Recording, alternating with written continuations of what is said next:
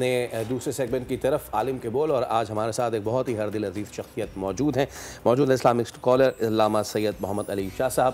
ان کو ہم ایک تو خوش آمدید کہتے ہیں، اور آج ہم علامہ صاحب صلہ رحمی پہ ہم گفتگو آپ سے ضرور جو ہے اس سے مستفید ہوں گے.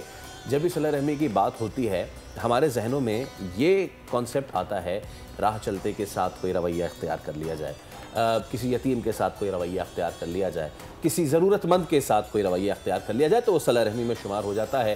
میں جاننا چاہوں گا کہ آج کل کے اس زمانے میں ہم اپنے رشتوں کو بھول چکے ہیں، اور رشتہ داروں کے ساتھ جو ہم نے رویہ اختیار کر لیا ہے سب سے پہلے تو ان کا حق ہے ہم پہ، تو ان کے ساتھ صلہ رحمی، رشتہ داروں کے ساتھ اسلام اس کے حوالے سے کیا فرماتا ہے؟ اس پہ ذرا گفتگو فرمائیں. اللہ رب محمد صلی اللہ علیہ وسلم نحن عباد محمد صلی اللہ علیہ وسلم. بسم اللہ الرحمن الرحیم. فیصل بھائی، بڑا اہم موضوع ہے اور آج کل ہر گھر کی ضرورت ہے. اگر آپ دیکھیں گے کہ اللہ تبارک و تعالیٰ قرآن و حدیث کی روشنی میں صلہ رحمی کیا ہے، فرمایا اللہ کے پیارے حبیب صلی اللہ علیہ وسلم نے پہلے کہ جو اللہ اور اس کے رسول پر ایمان رکھتا ہے اس پر لازم ہے کہ وہ صلہ رحمی کرے. اب صلہ رحمی کیا ہے؟ صلہ رحمی ہم سمجھتے ہیں شاید رشتوں کو قائم رکھنا صلہ رحمی ہے، یعنی تعلقات نہیں. صلہ رحمی یہ ہے جو آپ سے تعلق توڑ دے. صلہ رحمی خونی رشتہ داروں کی بات، آپ کے والد اور والدہ کے رشتہ دار، آپ کے بہن بھائی، اقربا، اعزہ اقربا جن سے آپ کا خونی رشتہ ہے، یہ سب سے پہلے آپ کے ذمہ لازم ہے کہ آپ کا اگر وہ آپ سے تعلق توڑے تو فرمایا یہ صلہ رحمی ہے کہ تو نے تعلق قائم رکھ. جو تجھے توڑے تو اس کو جوڑ، جو تجھے محروم کرے تو اس کو عطا کر. تو کیا ہے صلہ رحمی؟ یہ ہے کہ اپنے رشتہ داروں کے ساتھ اچھا سلوک کرنا. اور آپ دیکھیں، میں اور آپ جتنے ناظرین سامعین ہمیں دیکھ رہے ہیں، سن رہے ہیں، آپ اپنے خاندان میں دیکھیے گا وہ شخص خوشحال ہوگا، اس کی عمر طویل ہوگی. آپ خاندان کے ماموں، چچا، تایا، عمر لمبی ہوگی، 80، 90، 100 تک. گھر کی وہ خاتون جو سب کو جوڑ کے رکھتی ہے، بہنوں کے بچوں کی بھی فکر ہے، بھائیوں کے بچوں کی بھی فکر ہے. اسی طرح جو ماموں، چچا، تایا دکھ میں سب سے پہلے ہوں گے، میڈیکل میں پہلے پہنچیں گے، تکلیف میں پہلے ہوں گے. آپ کے خدا نخواستہ کوئی میت ہوگی وہ پہلے سے سارا اہتمام کریں گے، قبرستان کو سنبھالا ہوگا، جو اعزہ اقربا آئیں گے ان کو بٹھانے کا انتظام. تو اصل کیا ہے؟ اللہ کے حبیب صلی اللہ علیہ وسلم فرمایا کہ اللہ تبارک و تعالیٰ صلہ رحمی کرنے والے کو 2 انعام عطا فرما. نمبر 1 فرمایا اس کی عمر بڑھا دی جاتی. صلہ رحمی، دسترخوان وسیع ہوگا، رشتہ دار آ رہے ہیں، کھانے کی دعوتیں ہوتی ہیں، کھانا بنا بنا کے رشتہ داروں میں بھیجا جا رہا ہے، کوئی بچی کی شادی آ جاتی ہے وہ سب سے پہلے. تو اصل دین کیا ہے؟ اپنے رشتہ داروں کے ساتھ صلہ رحمی، اچھا سلوک کرنا، یہ ہے. تو میں کہتا ہوں کہ اس میں آج کل ہم واقعی ہمیں پسے پردہ ڈال دیا. ہم باہر مؤسس بننے کے لیے باہر ہم چیمپئن ہیں، ہمارا نام ہے جی چودھری صاحب جی، مختلف 50 لوگوں کو افطار کروایا جا لوگوں رہا ہے. اچھا جی، راشن پہ موجود ہے، پورے سال وہ بیچارے رابطہ کریں راشن. بھائی اگر آپ کی بہن گھر میں بھوکی ہے، آپ کی بھتیجی بھانجی رشتوں پہ بیٹھی ہیں، ان کے پاس نہیں ہے، تو سب سے پہلے تو یہ لازم ہے، حق ہے کہ آپ نے ان کے ساتھ سلوک کرنا ہے. تو یہ آپ ان کا حق تلف کر رہے ہیں. اور بڑی پیاری حدیث ہے، اللہ کے پیارے حبیب صلی اللہ علیہ وسلم فرمایا سب سے بہترین صدقہ کیا ہے؟ صدقہ بھلائی کو کہتے ہیں، نیکیوں کو کہتے ہیں. تو فرمایا سب سے بہترین صدقہ یہ ہے کہ اپنے بیوی اور بچوں کو پر خرچ کرنا.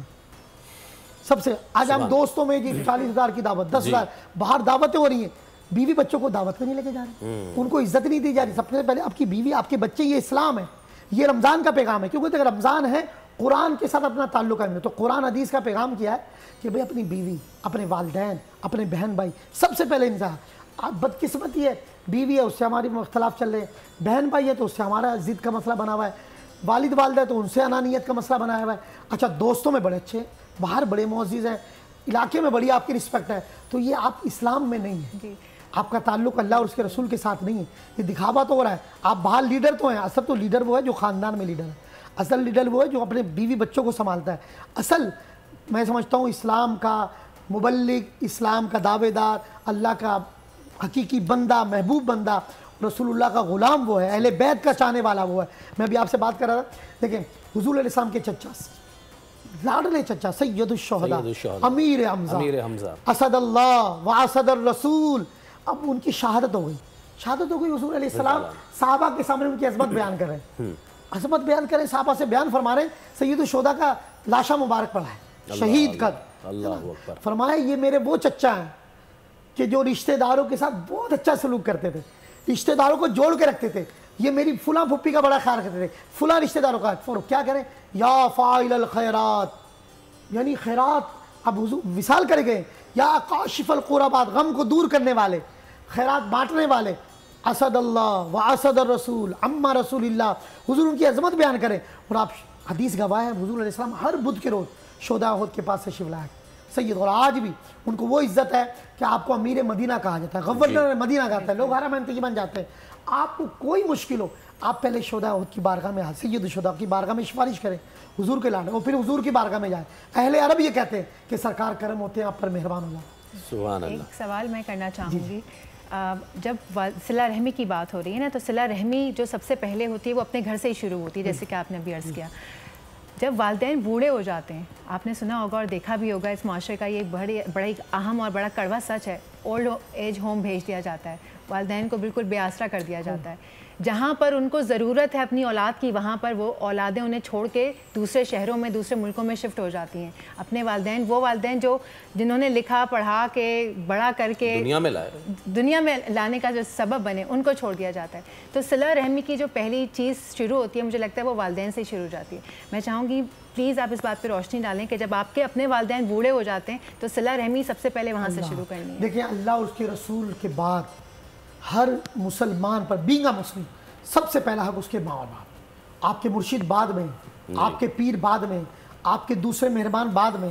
سب سے میں لوگ جاتے ہیں پیروں کے پاس، لائنیں لگی ہوئی ہیں، جن کے ماں باپ حیات ہیں نا، خدا کی قسم میں کہہ رہا ہوں، جنہوں نے اپنے ماں باپ کی عزت کی ہے، اپنے ماں باپ کا احترام کیا ہے، ان کا خیال کیا ہے، ان کو پیروں کے پاس جانے کی ضرورت نہیں، خود پیر بن جاتے ہیں حضور، بے شک وہ خود پیر بن جاتے ہیں. تو والدین کا حق، اور یہ دنیا میں اصول ہے جس نے قرآن میں بھی حکم ہے، اللہ کے رسول کا بھی حکم ہے.